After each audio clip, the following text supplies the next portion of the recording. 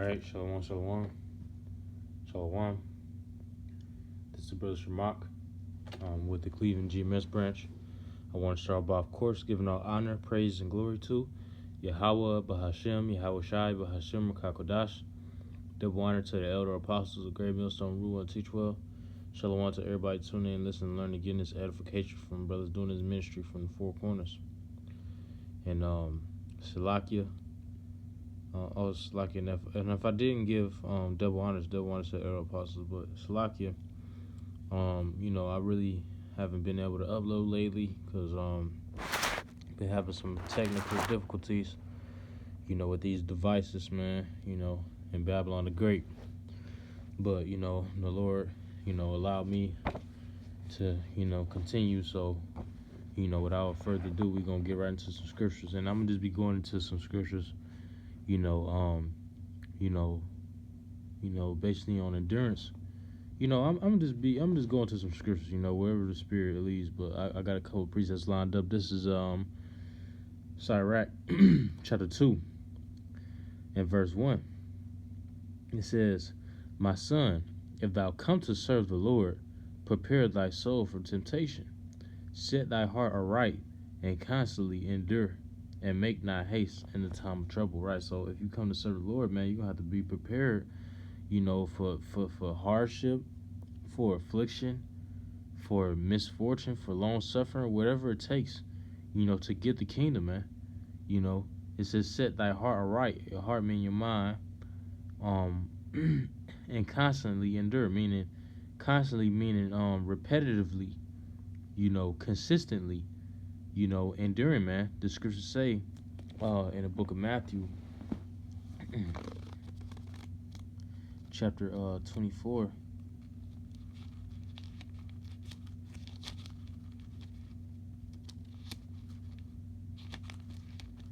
and verse chapter 24 and verse 22. It says, "And except those days should be shortened." So like I'm thinking of something else. I'm thinking of he that endureth unto the end, the same shall be saved. But I'll still read it. It says, "And except those days should be shortened, there should no flesh be saved, but for the elect's sake, those days shall be shortened." And the Lord know, man. Because we sitting up here long suffering, and it seems like this shit ain't never gonna end, man. It seems like, it might seem like the Lord, it might be what the scriptures say, though it tarry, man. So yeah, this thing is tarrying. According to us, we would rather the kingdom, be here now, man. Be here yesterday.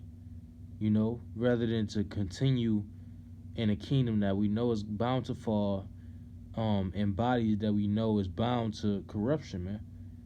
But this is the condition of the battle. We have to continue doing the things that's unpleasing, that might seem unpleasing to this flesh, but it's pleasing to Yahweh Shai, and that's what counts. That's what matters, man. And that's what our purpose is. What we doing this for, so that we can continue, and so that we may be delivered, man. Like I said, man, I haven't even been able to upload, man. Satan fucking with different brothers in different type of ways, man. He might fuck with you with your women, with your woman, with your family members.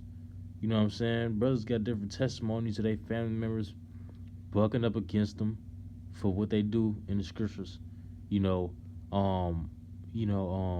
disorderly in the midst of their household. And a list of wickedness in this kingdom goes on, man. It doesn't stop, but we have to just continuously endure, man. Your call means endure in the Hebrew, man. It says, set thy heart aright and constantly endure, and make not haste in the time of trouble. Right, in the time of trouble, man, you gotta stay firm, man. Having the right mindset, and you're gonna learn that in this kingdom, man. A mindset that you're gonna develop is just straight up numbness, man. You're gonna learn to be numb when you come into this truth, you're gonna learn to be numb, man. Because we in a realization that this is straight up wicked, man. This kingdom is not for us, man. It's not for masculine men. You know, it's not for men of truth.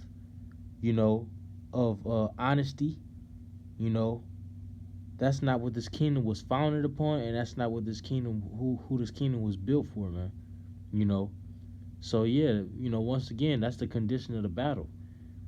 But we have to just continue to trust in the Lord. Verse 3, it says, cleave unto him and depart not away, that thou mayest be increased at thy last end, right? So, Lord's willing, with that number, we're gonna be increased at the end, you know, just as long as we continue to endure these straits, man.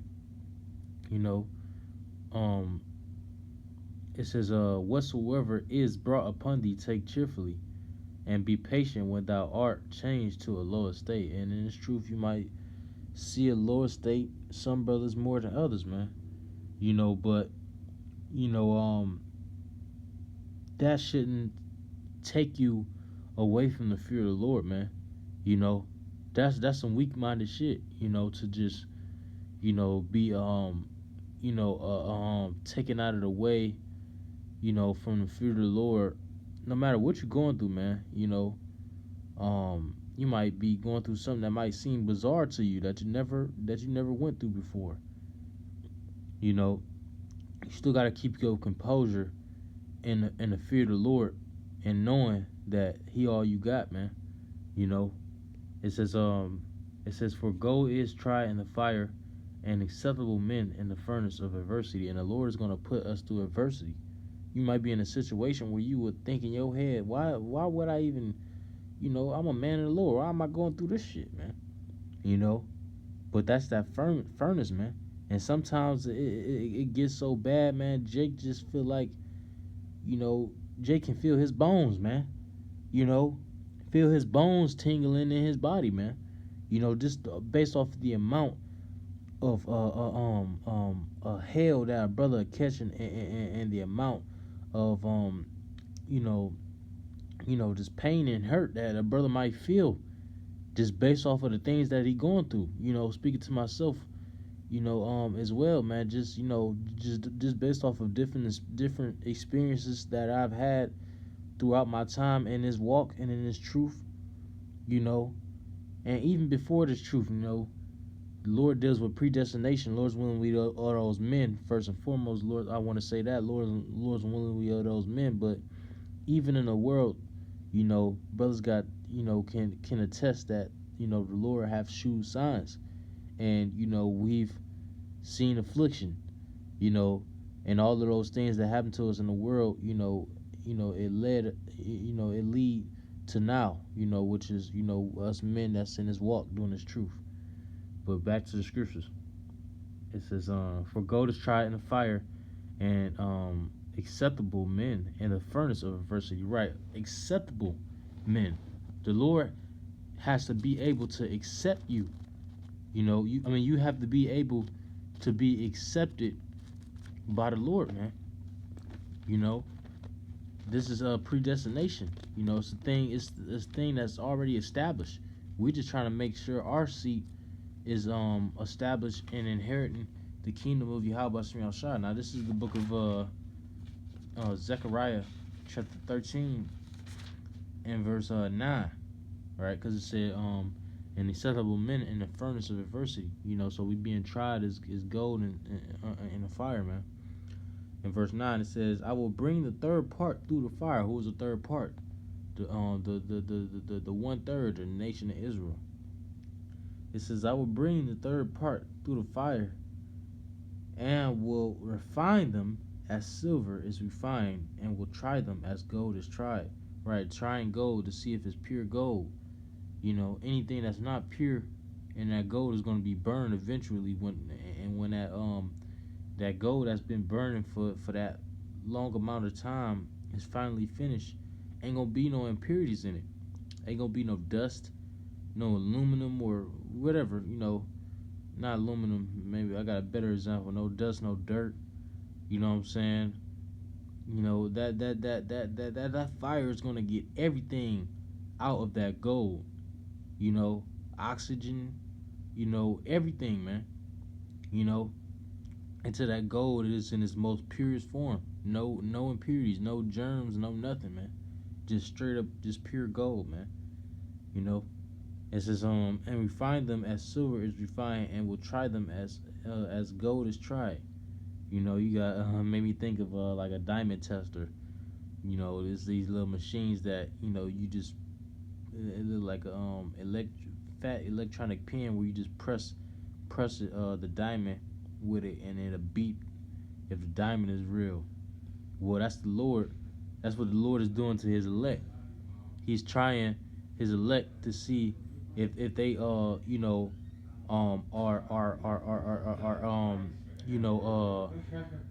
elect or not, man. You know, because once again, you know the elect is gonna be chosen, have to be chosen of Yahweh Shah.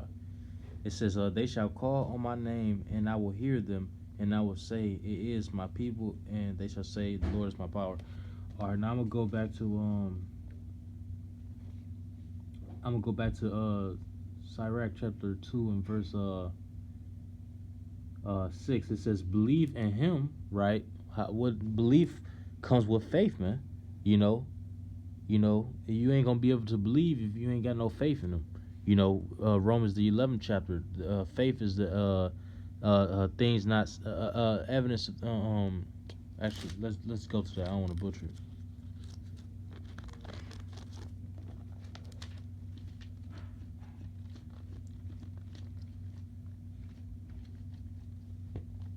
This is the book of Hebrews.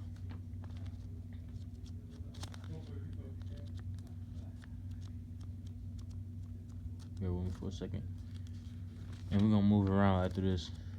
This is the book of Hebrews, chapter 11, and verse 1. It says, "Now faith is the substance of things hoped for, the evidence of things not seen." Right. So how you supposed to believe if you ain't got no faith, man? But it says, "Believe in Him, and He will help thee. Order thy way aright, and trust in Him." Right. So once again, order thy way aright, man. You know, you gotta get your mind right. You can't be in a wicked spirit, man. You can't be on a low level spirit. That's what these niggas on, man. You know, that don't fear the Lord. That ain't got no trust in the Lord. That feel like they don't need the Lord. Trusting in the shadow of Egypt. It says, ye that fear the Lord, hope for good and for everlasting joy and mercy, which are things that we do not see, man. You know, we don't see hope. We don't see everlasting joy. We don't see mercy, man. You know, the only niggas that see everlasting joy on this side here in Babylon the Great is straight up coons, because that's all they, you know, that's what they are dragged by in this rat race, man. You know, a gift that destroyeth the heart. You know, a weak given a weak mindset. You know, it says ye that fear the Lord, ye that fear the Lord, hope for good and for everlasting joy and mercy. Look at the generations of old and see, did ever any trust in the Lord and was confounded? And you gotta remember, man, our forefathers wasn't just oopsie daisy, you know, skipping through the dandelions and, you know what I'm saying, sunflowers, man. You know, they was catching hell, man. You know, they was dealing with afflictions. You know, our forefathers was going through, you know, things in their lives. You know, and throughout their lives, the Lord also He also rewarded them. You know, but in those times that those men were going through things, like for example, Abraham. He was scared for Lot's life, man. You know, he was plagued with, you know, those angels going to the city of Sodom and Gomorrah and destroying everybody, and that's why he lingered with the angel and said, "What if there be 40? What if there be 30? What if there be 20?" Because he was plagued, man. You know, but the Lord ended up delivering Lot. But it just goes to show that was Abraham's affliction in that moment. You know, that's a plague. It's an uneasy feeling. You know, you know. And I got other examples, but for the sake of time, I'm just move on. And I wanted to get this precept before I close out. I want to get this precept before I close out. In the book of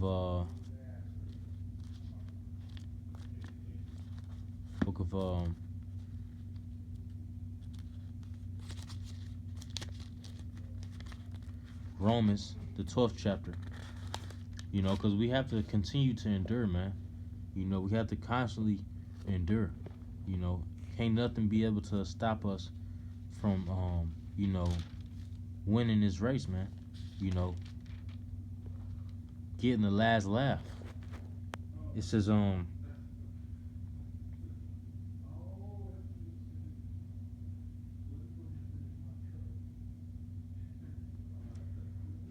Romans chapter 12 and verse,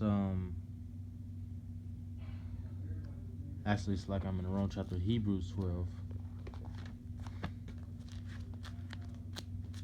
Bear with me for a second.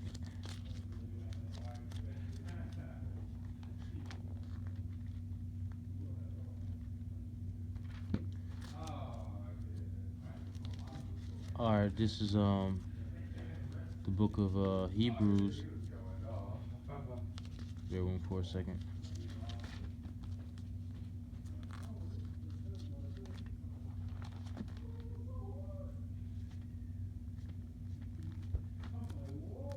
This is the book of Hebrews, chapter 12.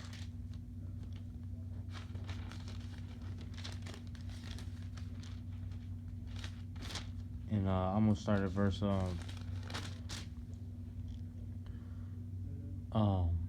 I'm sorry, verse 9. It says, "Furthermore, we have had fathers of our flesh which corrected us, and we gave them reverence. Shall we not much rather be in subjection unto the Father of spirits and live? For they verily for a few days chasten us after their own pleasure, but he for our profit, that we might be partakers of his holiness." Right? So, we have fathers of the flesh, that chasten us, so what more the Lord? "Now no chastening for the present seemeth to be joyous." It says, hold on, give me 1 second. It says, "Now no chastening for the present seemeth to be joyous, but grievous. Nevertheless, afterward it yieldeth the peaceable fruit of righteousness unto them which are exercised thereby. Wherefore lift up the hands." Right. So, but no, that was the point. Slocky. It says, "No chastening for the present seemeth to be joyous, but grievous." Right. So, when you going through it, man, it don't feel like you're not smiling in joy when you just getting the whooping, man. It's a grievous thing, man. It's sharp, it's painful. You don't know how long it's gonna last. You know, it says, "Nevertheless, afterward it yieldeth the peaceable fruit of righteousness." Right, because now you know better. It yields that fruit of experience. You know, it says, the peaceable fruit of righteousness unto them which are exercised thereby. Right, so you have to be exercised by that chastisement, man. And if not, what? If you read more further down more, they'll tell you basically a bastard, man. You know. It says, but yeah, that's pretty much it on that. I'm gonna end it right there. Lord's willing us edifying the water. I was gonna try to give me a spiritual lesson. You know, that wanted to the elder apostle Great Millstone, who will teach you once again. To the summer say Shalom, Kwang, Yasharallah.